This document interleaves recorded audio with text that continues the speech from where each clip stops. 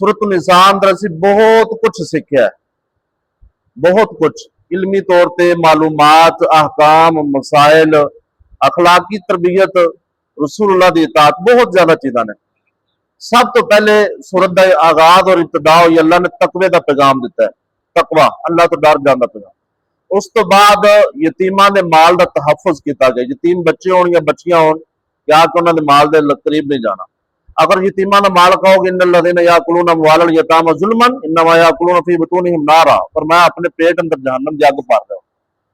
उस तो बाद इस सूरत अंदर विरासत के तफसीली अहकाम मैंने जो पूरे कुरान पाक किते भी इस तरह मौजूद नहीं दे, जिनके अंदर माँ बाप और इसी तरह दादी और दादा, बेटी और पोती, खामद और बीवी, और उनकी हकीकी पैन, अलाती पैन, अखियाफी पैन, तखियाफी पाई, इन्होंने सब दे मैयत दे ओ असहाबुल फरूद हकीकी तकरीबी वरसा, इन्होंने सब दे अल्लाह ने मुकर्रर करदा हिस्सेदार ने किन्नू किन्नी सूरत अंदर किन्ना मिलेगा।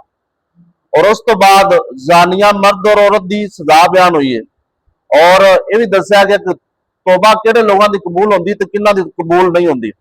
और उस तो बाद अल्लाह पाक ने सूरत अंदर यह भी वादा किया है कि वह किहड़ियां औरतां ने जिन्हां दे नाल इस्लाम अंदर निकाह करना हराम है। व्हाइट बोर्ड ते लिख मैं दसिया 17 किस्म दी औरतां ने, 15 कुरान पाक ने, 2 हदीस अंदर आईयां ने कि जिन्हां दे नाल मर्द निकाह नहीं कर सकदा, इहदे महरम रिश्तेदार ने। और यह दसिया गया कि किहड़ियां किहड़ियां औरतां दे नाल मर्द निकाह कर सकदा है, और लौंडियां दे नाल निकाह करन दे हकाम बयान हुए ने। और इस तरह औरतों के हक महर की तफसील बयान हुई है कि औरत को हक मार देने के की तरीकाकार ने, अगर उनका हक मार जब्त करोगे तो उनकी सजा की है। और इसी ही तरह खामद और बीवी अगर उन्होंने दरम्यान झगड़ा हो जाए, इख्तलाफ हो जाए, तो सुलह के तरीके की ने। और यह भी दसिया गया कि मर्द को औरत उत्ते बरतरी हासिल है, और औरतों की तरबियत अल्लाह पाक ने 3 उसूल बयान किए हैं इस सूरत के अंदर। और उस दे नाल नाल इस सूरत के अंदर कसर नमाज, कसर का मतलब जी सफर अंदर आप पढ़ी दी है, सलातुल खौफ जी हालत जंग अंदर नमाज पढ़ी दी, तयम्मुम दे मसाइल, कसर नमाज मसाइल, सलाते खौफ वाली नमाज मसाइल तफसीली इस सूरत अंदर बयान हुए हैं। और उनके नाल नाल इस सूरत अंदर अल्लाह पाक ने 2 मुकाम से आयत नंबर 48 ते आयत नंबर 116 अंदर अल्लाह ने वादे तौर पर क्लियर कट कहता कि मुशरक की माफी कोई नहीं मेरे को, मुशरक के अलावा मैं जिन्हों चाहूं माफ कर सकना। बंदा शिरक ते मर जाए, तौबा करन तो बगैर मर जाए तो कुरान का फतवा क्लियर है कि उनके वास्ते माफी कोई नहीं। और उस तो बाद अल्लाह पाक ने इस सूरत के अंदर जिहाद, किताल उनकी तरगीब दिलाई है, किताल ना करने वाले, किताल तो राह फरार इख्तियार करने वाले की सजा बयान की है। और इसी ही तरह अल्लाह पाक ने इस सूरत के अंदर शैतान जो इंसान का सब तो वड्डा दुश्मन, उनका तरीका वारदात दसिया। आप पढ़िया कि वाला उदिल्लन्ना हूं वाला मन्नियन्ना हूं वाला अमरन्ना हूं फला युबत्तिकुन्ना आज़ानल अनाम, कि शैतान ने किस किस तरह के चैलेंज किए कि मैं तेरे बंदियां जरूर गुमराह करना, जरूर बहकावना, जरूर इन्हों सबक बाग विखावना, जरूर इन्हों ख्वाहिशात के पीछे चलाना।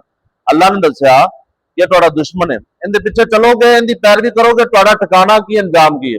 अगर इनके तो हट के अल्लाह की बात मनोगे तो तुहाडा अंजाम कार की है। और फिर उस तो बाद सूरत दे आखिर ते अल्लाह ने 3 तबके मुनाफिकीन, यहूदी, ईसाई, इन्हां दे बातिल अकायद उन्हां दा रद्द कीता है, इन्हां दे जराइम गिनवाए ने, और इन्हां नूं दलाइल दे मैदान अंदर बेबस ते लाजवाब कर दिता है। और ये लाजवाब करने तो बाद अल्लाह ने इन्हां दावत हक दी है कि हक की दावत कबूल कर लो अगर तुहाडे कोल साडे सवालों के जवाब नहीं है। तो इस एतबार होर भी बड़ियां चीज़ां इहदे अंदर ने, अदल इंसाफ के मामलात के अंदर ने, इन्नल्लाह यअमुरुकुम अन तुअद्दुल अमानाति इला अहलिहा, ये भी कहा गया कि अमानत वाले दे सुपुर्द करो, और सलामती के अहकाम आए ने। तो बहुत ज्यादा इल्मी तौर पर सूरत के अंदर असीं सीखा है, जो सीखा है अल्लाह उस अमल की तौफीक दे, अल्लाह कबूल फरमाए।